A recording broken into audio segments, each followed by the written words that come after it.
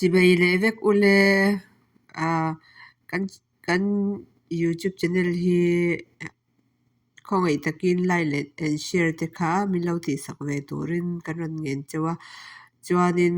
he mi group he mi YouTube channel a hianin kan ta na that kan tangkai pui thei tur ang chi stock market te le khabu that tak tak atanga kan lak chhuat te po ron ti le zel kan bei se ya trong zer chau po ni lovin ka tiang kutna thok te tan po ni se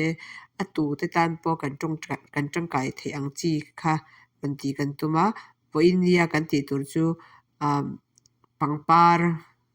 pangpar moi tak inei the na tura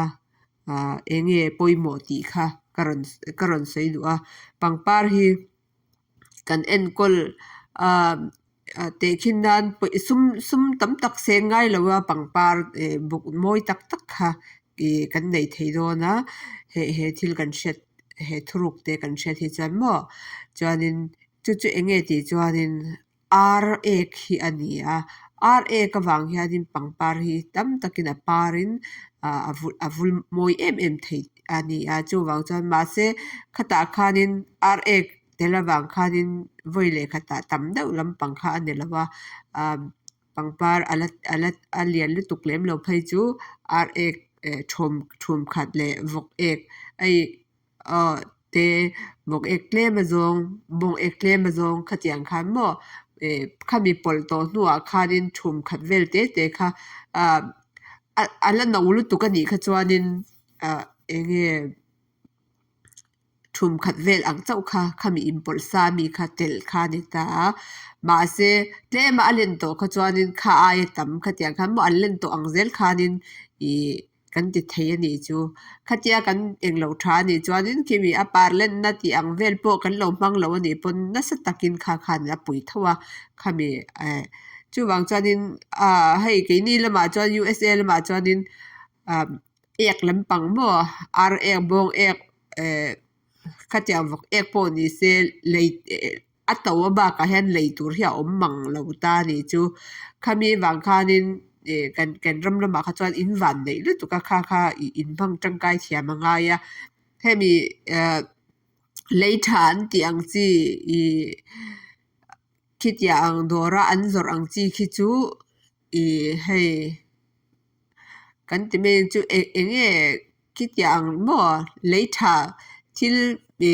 kol rama chuanin mi oza kan ti ang chi mo khatia ang kha tin ye o mi zawin an kau ka hrelwa dora thil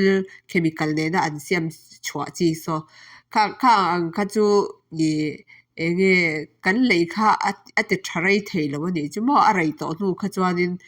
kan lei kha ti chezo ka chu ai chuanin ama siam tu na alo da sa khami ar ekte bok ekte vok ekte khatianga kan tel khanin kan pangpar khatan khan alo thazok ti chu hei te khina ashing hi chu alo rim chedeu ta ma se aro nuwa te kha chuan aro nuwa hi chuanin achak na hi za hianin aro char to lu tu ang chi tuina lo hun alo phu hrep to ang chi kha chu achak na hi za chuanin a om lo ma se kha hei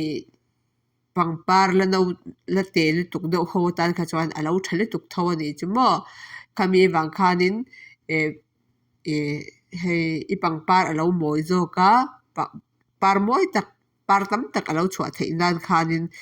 lo bang vero ke ma nge in ka china chu mi tanga ka hria ta ni amo khatianga ra ka phul zo thin kha chuanin apar hi tam takina ron chua ani chu ke ni lama chuan du danin leitur kha hei kan mu zo lo ani chu mo hetianga an lo pol hrep to ang chi te hi chu a om ve a chuanin keima tak phei chuanin damdoi ne na an siam ai hianin ka du zo ka pangpar kan nei na tam chuanin in te po hi alang moi em a chu wang chuanin engti ka soyang keimah ni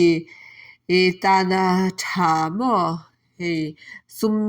sum tlem zawng nena in mawi leh huan mawi tak i lo nei theih nan